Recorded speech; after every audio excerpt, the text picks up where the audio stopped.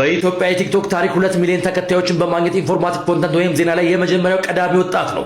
ታዲያ ይህ ወጣት የአሶሳ ዩኒቨርሲቲ መምህር ነው።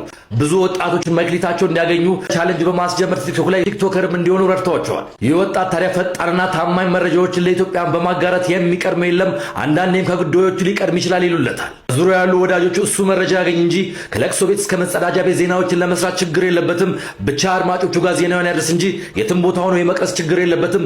ለስራው ታታሪ ነው። ሁሌም ተከታዮቹን አክብሮ ዜና ለማቅረብ ዝግጁ የሆነ ወጣት ነው ይሉታል። አንዳንዶቹ ደግሞ ኢትዮጵያዊ ዴላም ፔጅ ይሉታል።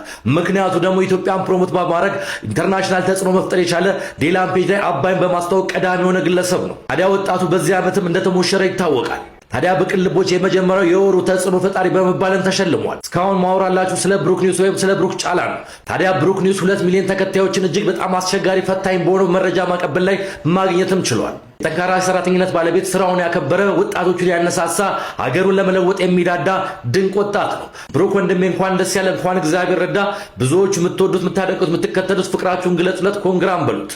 ይህ የሚኖር ህይወት ነው። ሰላም